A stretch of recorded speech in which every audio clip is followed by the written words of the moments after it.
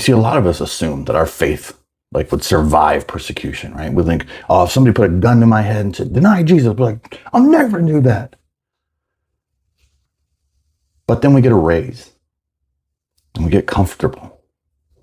And suddenly God becomes optional. See, Moses saw this happening in Israel. There was a warning before they even crossed the Jordan. And the warning wasn't about the famine and the struggle. He actually warned them about the fullness of their life. In Deuteronomy 8, it says, take care lest you forget the Lord your God by not keeping his commandments. When you have eaten and are full and have built good houses and live in them, your heart will be lifted up and you will forget the Lord your God. And then in verse 17, you get a warning. Beware lest you say in your heart, my power and the might of my hand has gotten me this wealth. Right? It's eat and be full, build, settle, and suddenly you forget. You forget God, or he doesn't become this need. See, comfort never announces itself as an act of rebellion, right? It always arrives as this blessing from God, which it absolutely can be.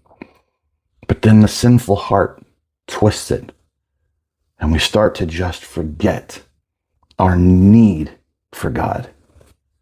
See, the wilderness kept them dependent, right? The manna from heaven forced them to trust God every single morning. But once they got to the promised land, they immediately started to forget that they needed him every day. And that's the danger we're living with. Not a government banning Bibles. That may come. It's not right now.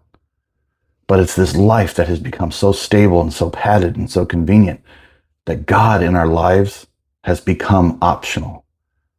That we don't think we need to go out and make disciples. We don't think we need to love each other in this supernatural way. We don't think we need God.